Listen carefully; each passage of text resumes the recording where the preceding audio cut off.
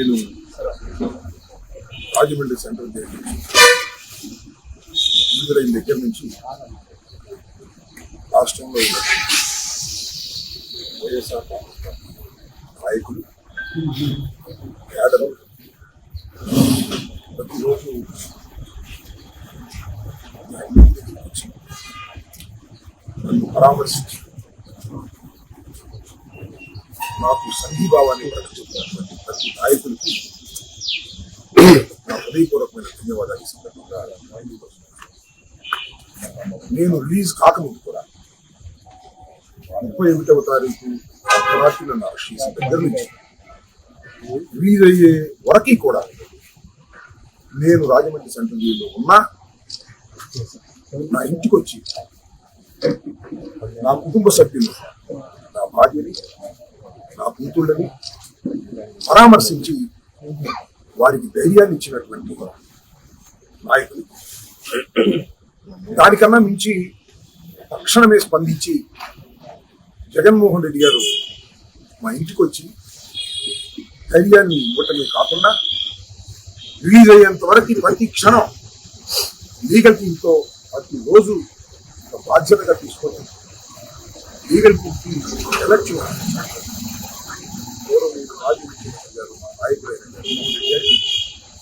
దాంతో పాటు చాలా స్ట్రాంగ్ టీమ్ గా తయారైంది లీగల్ టీం వైఎస్ఆర్ కాంగ్రెస్. ఎందుకంటే కోట ప్రభుత్వం వచ్చిన దగ్గర నుంచి బెయిల్ వేయటం, క్రాష్ వేయటం, చాలా ఎక్స్పీరియన్స్ సాధించారు. నా కేసులో కూడా ప్రతి క్షణం పిటిషన్ వేయటం, హైకోర్టులో వేయటం, లోయర్ కోర్టులో కూడా ఆర్గ్యుమెంట్ చేయడం చేసినటువంటి సుధాకర్ రెడ్డి గారు, సుదర్శన్ రెడ్డి గారు, మనోహర్ రెడ్డి గారు, వీళ్ళందరికీ కూడా నా హృదయపూర్వకమైనటువంటి ధన్యవాదాలు ఇస్తున్నారు. అయితే 18 రోజులు జైల్లో గడిపిన తర్వాత, రిలీజ్ అయిన తర్వాత నేను 20వ తారీఖున ప్రెస్ మీట్ పెట్టి చాలా విషయాలను మీ ద్వారా రాష్ట్రంలో ఉన్న ప్రజానీకానికి వివరించేటటువంటి ప్రయత్నం చేశాను. ఇప్పుడు నేను ప్రత్యేకంగా ఈ రాష్ట్ర ముఖ్యమంత్రి నారా చంద్రబాబు నాయుడు గారు చాలా సీనియర్, సుదీర్ఘమైన కాలం ఉమ్మడి రాష్ట్రానికి, ఆంధ్రప్రదేశ్కి ముఖ్యమంత్రిగా పనిచేసినటువంటి వ్యక్తి. ఆల్మోస్ట్ ఆల్ భారతదేశంలో సీనియర్ పొలిటీషియన్ అయినటువంటి చంద్రబాబు నాయుడు గారిని కొన్ని సూటిగా ప్రశ్నించాలనేటువంటిది నా ఉద్దేశం. దానికోసమే ప్రత్యేకంగా ఈ మీడియా సమావేశాన్ని నేను ఆహ్వానిస్తున్నాను. మొదటి ప్రశ్న వచ్చిన తర్వాత నాకు కొన్ని విషయాలు తెలుసు. చాలా బాధపడ్డాను. ఏంటంటే 11:30కి నన్ను తీసుకువెళ్ళిన తర్వాత, 11:20 నిమిషాలకి నన్ను గురించి అరెస్ట్ చేసి తీసుకువెళ్ళిన తర్వాత నా ఆఫీసుని, నా ఇల్లుని తగలేయాలని నిర్ణయించుకున్నాను. అది మాకున్నటువంటి సమాచారం. అప్పుడు దాకా నా భార్య, నా పిల్లలు దానిలో ఉంటే వెనుక నుంచి ఎవరో సహాయం తీసుకొని స్కూటర్ మీద వెళ్ళిపోవాల్సిన పరిస్థితి ఏర్పడింది. మా ఇంట్లో నుంచి నా భార్య, నా కూతురు, నా మనవళ్ళు, మనవరాళ్ళు ఎక్కడికో వెళ్ళి తలదాసుకోవాల్సి వచ్చింది. ఇల్లు తగలేస్తారు, పనులు చేసేస్తారు, సజీవ దహనం చేసేస్తారు.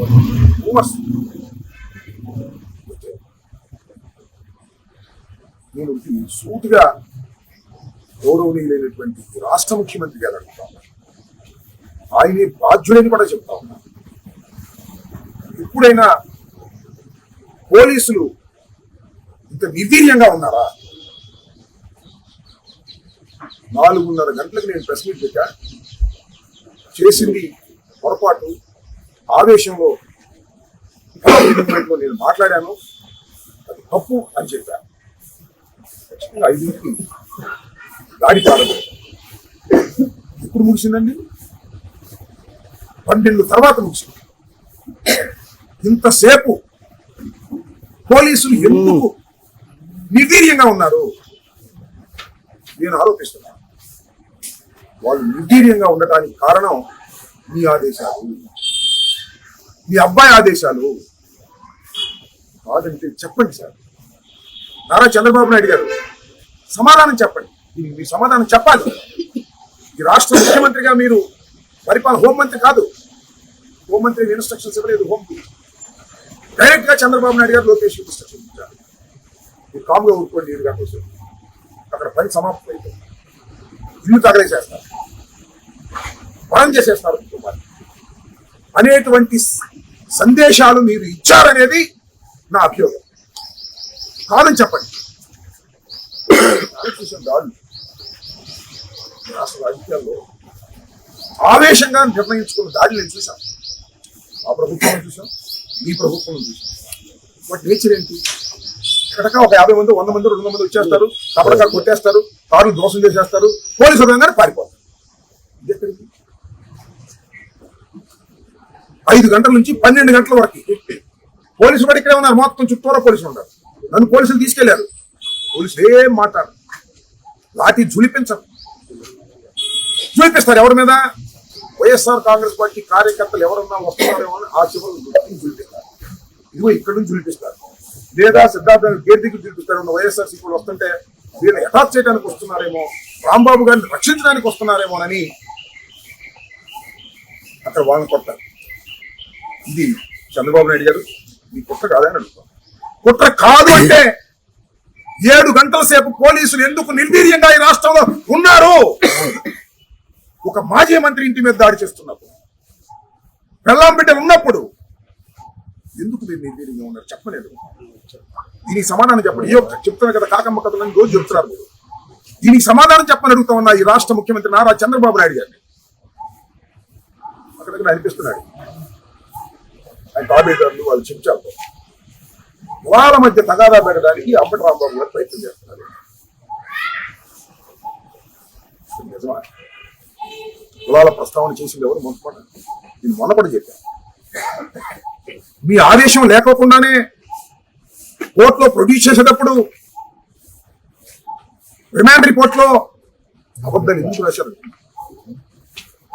చంద్రబాబు నాయుడు గారిని రాష్ట్ర ముఖ్యమంత్రిని దూషించాడు, ఓకే, అలా అనుకోవడానికి అవకాశం ఉంది. కులం పేరు పెట్టి దూషించాడని ఎక్కడ రాశారు? మీరు ఎందుకు రాశారు? కులాన్ని మొత్తాన్ని పేరు పెట్టి తిట్టాడని రాశారు, ఎందుకు రాశారు? కులాల ప్రస్తావన తీసుకొచ్చింది మీరు కాదా అని అడుగుతా ఉన్నా. మీ సామాజిక వర్గాన్ని రెచ్చగొట్టిన మాట వాస్తవం కాదా అని అడుగుతా ఉన్నా. వచ్చిన వాళ్ళందరూ మీ సామాజిక వర్గం కాదా అని అడుగుతా ఉన్నా. ఒక సామాజిక వర్గాన్ని రెచ్చగొట్టి కులాల ప్రస్తావన తీసుకొచ్చింది ఆ రిమాండ్ రిపోర్ట్. అది మీ ఆదేశం లేకుండా జరిగిందా? ఆ రిమాండ్ రిపోర్ట్ రాసిన వాళ్ళు కూడా మీ సామాజిక వర్గమే కదా. దీనికి సమాధానం చెప్పండి మీరు. నేను కులాల మధ్యన ఘర్షణ పెట్టేటటువంటి నీచమైన సంస్కృతి కలిగిన వాడిని కాదు. దీనికి ఈ రాష్ట్ర ముఖ్యమంత్రి సమాధానం చెప్పను. అది ఓకే.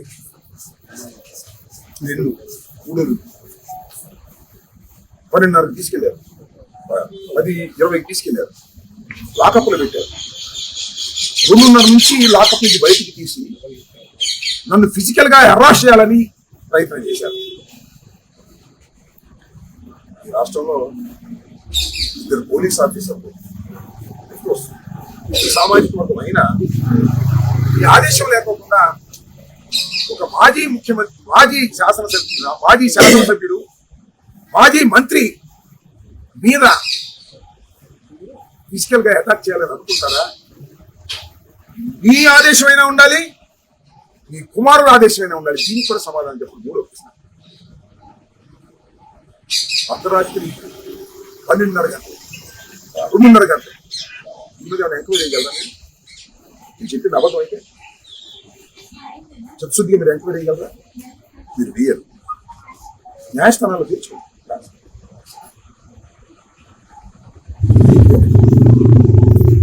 4వ ప్రశ్న, ఏం కేసులు నన్ను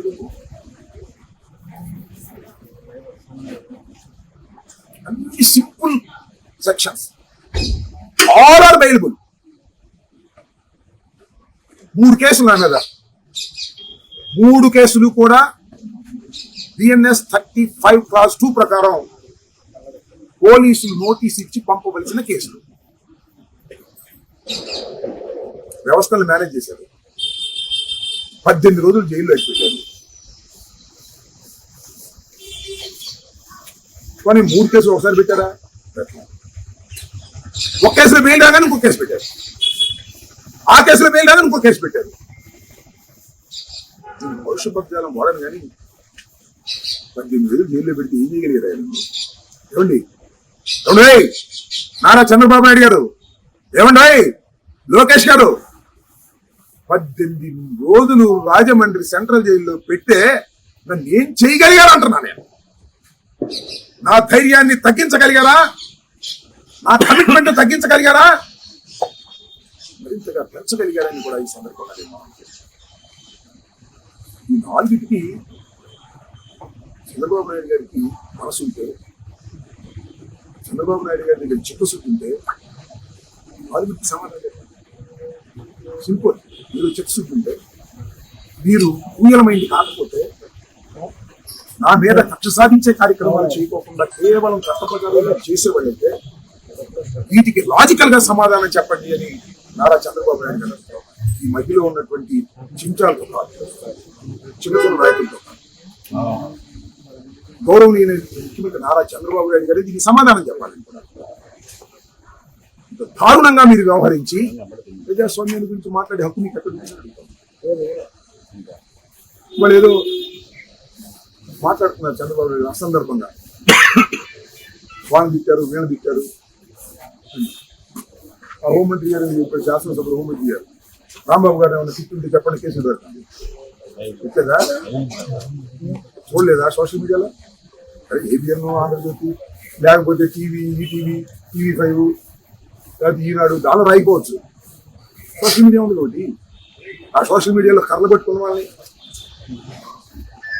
ఫోటో చూశారు కదా. 4 ప్రశ్నలు నేను సంధించా. 5వ ప్రశ్న కూడా అడుగుతా ఉన్నా. ఏంటంటే నేను చంద్రబాబు నాయుడు గారిని దూషించానని క్షమాపణ చెప్పిన తర్వాత నన్ను కేసు పెట్టి అన్ని జాగ్రత్తలు తీసుకొని 18 రోజుల పాటు జైల్లో పెట్టారు. శభాష్. ఉన్నా నా ఇల్లు దోషం చేసిన, ఇంకా రిపేర్ చేసిన, నా కారు తగలేసిన వాళ్ళు, నన్ను, నా కుటుంబాన్ని పరం చేసేయాలని ప్రయత్నం చేసిన వాళ్ళని, నా ఆఫీస్ ఫర్నిచర్ మొత్తం దోషం చేసిన వాళ్ళని ఏం చేసి పెట్టారయ్యా చంద్రబాబు నాయుడు గారు? చంద్రబాబు ఏం చేసి పెట్టారు? నేను నిన్ను దూషించానని 18 రోజుల పాటు జైల్లో పెట్టారు. అరగంటని జైల్లో పెట్టారు. ఏమి తెలుగుదేశం అయినా తెలుగుదేశం కాదు, ఈ ఆదేశం మేరకు చేశారు కాబట్టి వాళ్ళని జైల్లో పెడితే, వాళ్ళ మీద గట్టి కేసు పెడితే వాస్తవాలు బయటకు వస్తాయి, నిన్ను కూడా విమర్శిస్తారనే ఉద్దేశంతో వాళ్ళందరికీ అసలు బెయిల్ స్టేషన్ మేలే శుభ్రంగా వెళ్ళిపోయారు. కారు తగలేసిన వాళ్ళు వెళ్ళిపోయారు, ఇల్లు పగలగొట్టిన వాళ్ళు వెళ్ళిపోయారు, ఫర్నిచర్ మోసం చేసిన వెళ్ళిపోయారు.